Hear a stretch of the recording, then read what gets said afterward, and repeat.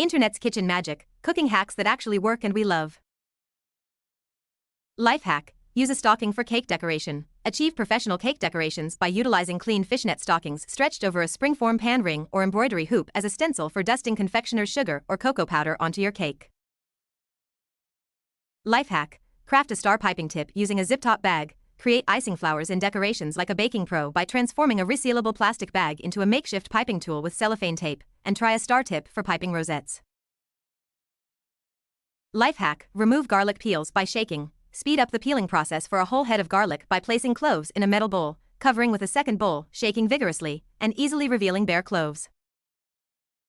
Life hack: cut using dental floss. Achieve clean cuts in goat cheese, dough, cinnamon rolls, or layered cheesecake by using unflavored dental floss to prevent muddying the layers.